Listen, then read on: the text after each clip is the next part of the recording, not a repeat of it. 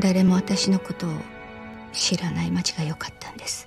1983년 한 여성이 지방 도시의 작은 술집에 취직하며 영화가 시작됩니다. 어떤 사연이 있는지 아무런 연고가 없는 곳에서 새 삶을 시작한 유리코는 좋은 사장을 만나 그녀의 술집에 자리를 잡게 되었습니다. 그리고 새로운 애인도 만나게 됩니다.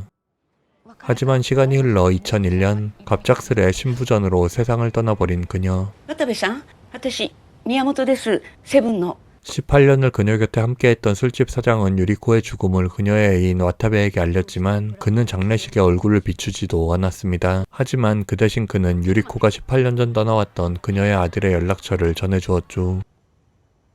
18년 만에 어머니의 사망 소식을 듣고 온 카가. 그는 어머니의 소식을 전해준 와타베를 만나보려 했지만 와타베는 행방을 감춰버렸습니다. 渡部さんっていう方の連絡先わかりますか？今どこにいるのかも。何か記憶に残ってることはありませんか？何でもいいんです。場所、日本橋。日本橋？ええ、東京の。 그렇게 유리코가 사망하고 16년이 흘렀습니다.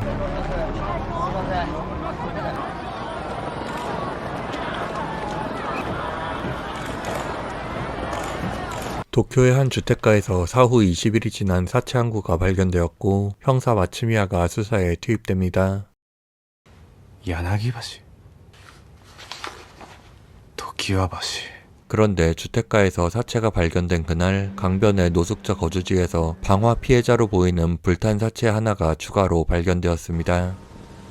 먼저 20일이 지난 사체의 신원이 금방 밝혀집니다. 피해자 미치코는 지방에 사는 청소업체의 영업사원이었고 어떤 연유인지 도쿄에서 목이 졸려 교살당했습니다. 그녀의 사체가 발견된 방의 주인인 코시카와라는 남자가 유력 용의자가 되었지만 그의 행방을 찾을 수는 없었죠. 15日頃から姿を見せなくなったということだ。 이웃들의 진술을 통해 만든 몽타주를 토대로 코시카와부터 찾기 시작하려는 경찰.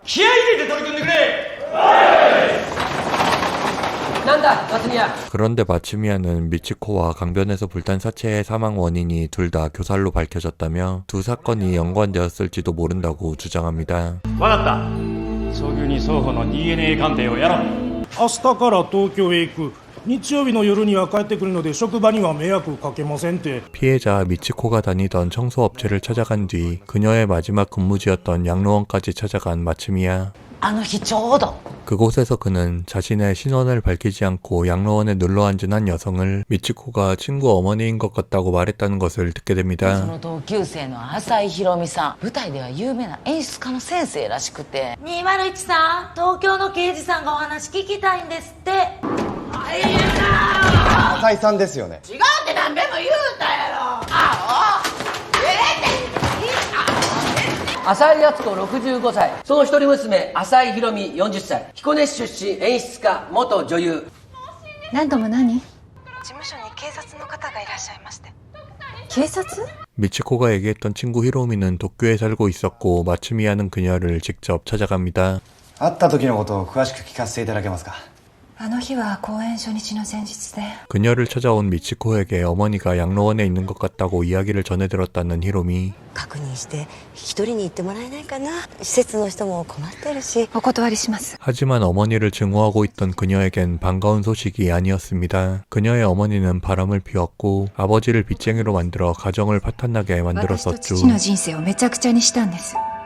父はその借金を苦に自殺を。 그날 미치코와 헤어진 후 다시 연락한 적 없다는 히로미. この似顔絵の人物に見覚えはありませんか？すいません、お忙しいところ。 조사를 마치고 나가던 마츠미야는 히로미의 사진들 속에서 낯익은 남자를 보게 됩니다. 바로 사촌형 카가였죠. 그는 당장 카가를 만나 히로미에 대해 묻습니다. なんだお前、芝居なんか興味あったっけ？演出の浅井ひろみ。 히로미가 연극 배우들에게 검도를 가르치기 위해 그의 검도 교실을 찾아왔었다는 카가. ビンゴ！事実に残ったわずか DNA が焼死体と一致した。これで辰の事件は完全に繋がった。 경찰은 마츠미야가 주장한 DNA 검사를 통해 미치코의 사체가 발견된 방의 주인인 코시카와와 강변에서 방화로 죽은 사체가 동일 인물이라는 것을 알게 되었습니다. 마츠미야의 이야기를 듣고 사건에 흥미가 생긴 카가 그런데 그는 마침 미아에게 생각지도 못한 사실을 듣게 됩니다. 星川の遺留品のカレンダーに常盤橋とか日本橋とかカレンダーに1月は浅草橋って書いてあって2月は左衛門橋3月は西ヶ島か 16년 전 죽은 어머니의 방에서 발견된 달력의 메모와 불에 타 죽은 코시카와의 방에 있던 달력의 메모가 똑같았던 것이었죠. これ全部日本橋付近の橋の名前ですね。ここを待ち合わせの場所に使ってるようなこと言ってたわ。このカレンダーは16年前に亡くなった私の母の部屋に残されておりました。 경찰은 두 달력의 필적 감정을 통해 같은 사람의 필적임을 알아냈고 그것을 계기로 카가도 사건 수사에 참여하게 되었습니다. 今日から係も捜査に加わってもらう。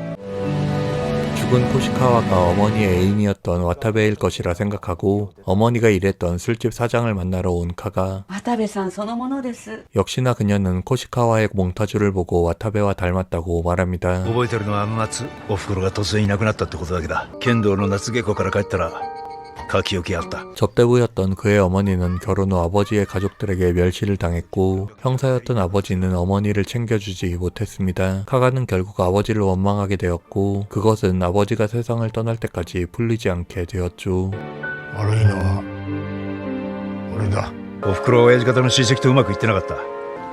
親父は仕事のほとんど家にはいなかった。おふくろはたった一人で死んでった。誰にも見取られず。あいつは最後にお前に会いたかったはずだ。わかるかよ。わかる。俺が死ぬ時にはお前そばにおるのよ。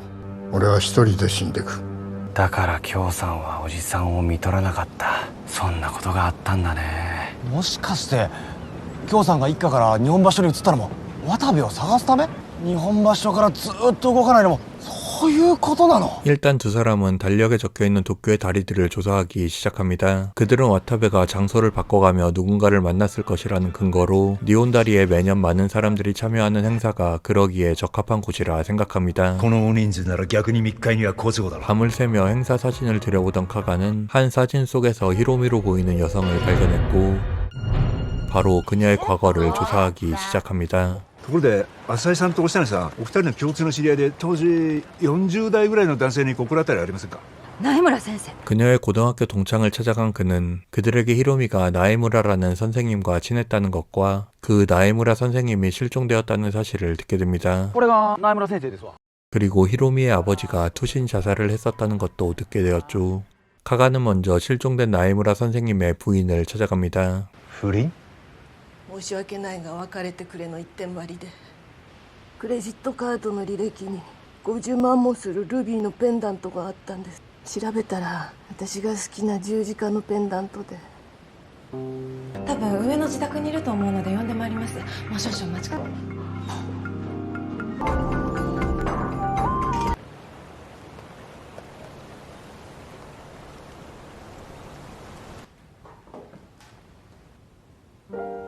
ルビーだ。嬉しい。 나에무라와 히로미가 불륜이었던 것으로 밝혀지자 마츠미야는 미치코가 불륜을 빌미로 히로미를 협박했고 히로미가 나에무라를 시켜 미치코를 살해한 뒤 그것을 숨기기 위해 그녀가 직접 나에무라까지 살해했을 것이라는 가설을 세웁니다. 苗村の首を絞め証拠隠滅のために火をつけた。 아버지를 돌봤던 간호사 카나보리 토키코를 만난 카가 お父様は亡くなる前ご自分が助からないと知っても取り乱すことなく怖くないんですか？いや楽しみで仕方がないよ。あそこからなら好きなだけあいつを眺めていられる。肉体なんて邪魔なだけだ。これあいつには親父がそんなことを。大体何なんだこの事件は。おふくろのこと親父のこといちいち俺に思い出させる。何かが見えそうで見えない。何か重大なことを見落としてるはずだ。まだ調べてないのは俺か。もしかすると鍵は俺なのか。そう仮定して推理してみよう。 사건과 자신의 연결고리를 생각해보기 시작한 카가 元剣道全日本チャンピオンの俺にわざわざ素人の中学生を教えてもらうか。彼女は俺に会いに来たのか。なんで俺に会いに来た。ちなみに逆ならどうだ。俺がわざわざ浅井宏美に会いに行くとしたらその理由は。 히로미와 자신의 연관성을 추리해보던 카가는 카나모리와 함께 히로미를 찾아갑니다. あなたも刑事さん？いや、女性の部屋に男が一人で訪ねるわけにはいかないんで。8年前の橋払いです。この人と携帯を通して話してるようにも見えるんですが。これは以前私が取材を受けた雑誌です。16年前母が死んだことを知らせる手紙が届きました。送り主に尋ねると渡部という男から聞いたと。もしやと思ってこの雑誌の出版社に問い合わせてみたんです。すると確かに16年前私の住所を聞いた人がいたそうです。演出家の浅井宏美さんという方です。5年前あなたは子役を連れて私のところにやってきた。そのさらに11年前すでに私の住所を調べていた。渡部に知らすために。渡部なんて人知りません。じゃあなぜ私だったんですか？たまたま本屋さんでこの雑誌を見つけて。この雑誌あなたが私の住所を問い合わせたより3年も前のものなんですよ。ごめんなさい。洗面所をお借りしてもよろしいですか？どうぞ。ごめんなさい、すいません。先日滋賀の同級生にお会いしました。いろいろ話を聞いていて不思議なんです。ビルにまで連れてってくれましたよ。あのビルから誰かが飛び降りたなんて記録どこにも残ってないんです。父が飛び降りて亡くなったのは事実です。死ぬ間際ある人が言ったそうですよ。子供の今後の人生をあの世から眺められると思うと楽しみで仕方がない。そのためなら肉体なんか失ってもいいと。親ってのは子供のためなら自分の存在を消せるのかもしれない。そう思いませんか？そろそろお引き取り願えますか？これ変なことに付き合わせてしまいましたね。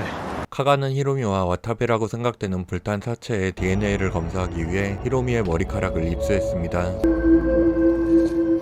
DNA 鑑定による親子関係の確認です。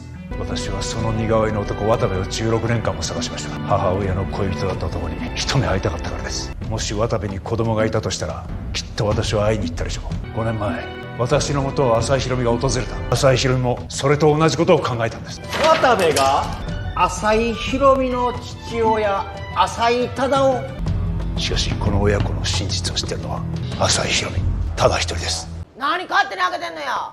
何勝手に入ってきてんのよ。一応覚えてるようやな。あんただけは許せへん。あんただけは地獄に落ちてもらう。お父ちゃんが味わった以上の地獄にな。娘おったね。この子に作ってもらわんとな。히로미와 그녀의 아버지는 어머니 때문에 생긴 사채업자의 빚 독촉에 시달리다 야반 도주를 했습니다. 昔延暦寺の坊さんは時の将軍足利義則に対抗して本堂に火をつけて自決したそうだ。同じ死ぬにしてもお父ちゃんなら他の方法を選ぶ。焼け死ぬなんて考えただけでもゾッとする。お父ちゃん怖いよ。早く行く。ねえお父ちゃん。ヒロミ腹減ったろ。 며칠 뒤 저녁 식사를 하다가 원전에서 일한다는 한 남자를 만나게 된 두 사람. 日本中の原発を渡ってる原発渡り鳥さ。へえ、大人びてるね。バイトしない？ここの駐車場にブルーのワゴンが止めてある。後で遊びにおいで。お小遣いあげるから。こんなに高そうなところ。金のことは心配ない。久々の風呂だ。ヒロミものんびり使ってください。 고급 호텔에 들어왔지만 돈이 없다는 것을 알게 된 히로미는 갑자기 두려움을 느끼자 돈을 구해야 한다는 일념으로 어둠 속을 달렸습니다. よう来ると思ってたよ。バイトってどのくらい？たっぷりだ。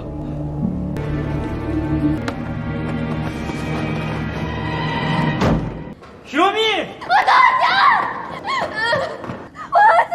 ゃん！おかしい。何があった？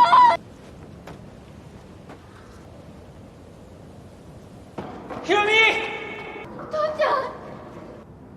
ちゃんどうすんの？今さっきあいつをあの崖からお父ちゃんの服着させて落としてきた。お父ちゃん自殺したことにする。他人のふりして生きていくの？もう会えないの？お父ちゃんの願いはヒロミが幸せになることだけだ。好きでたまらないものを見つけてそれを仕事にして夢を持って生きていくんだ。それでいつか好きな人ができて幸せになって約束してくれ。必ず幸せになるって。さあもう一軒急いだ方がいい。さようならヒロミ。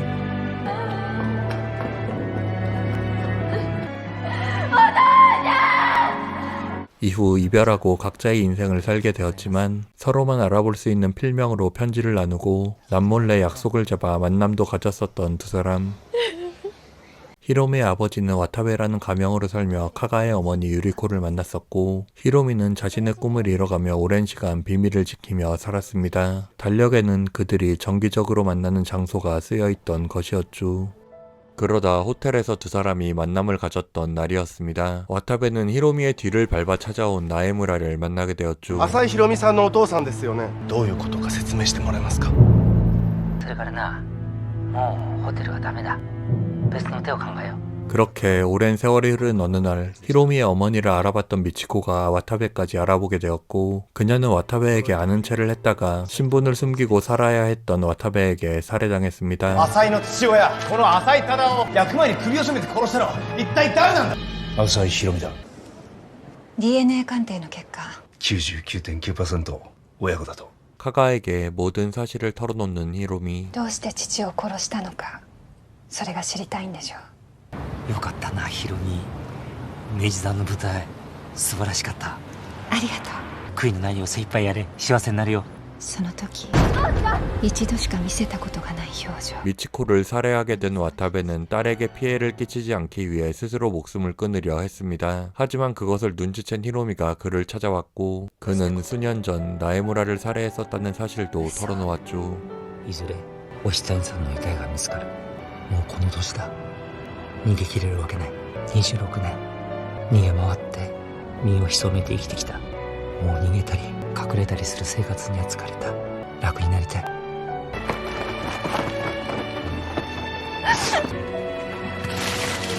焼け死ぬなんて考えただけでもゾッとする。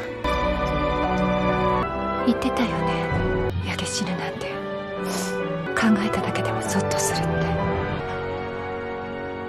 そうだな。お父ちゃん、今までありがとう。ありがとうヒロミ。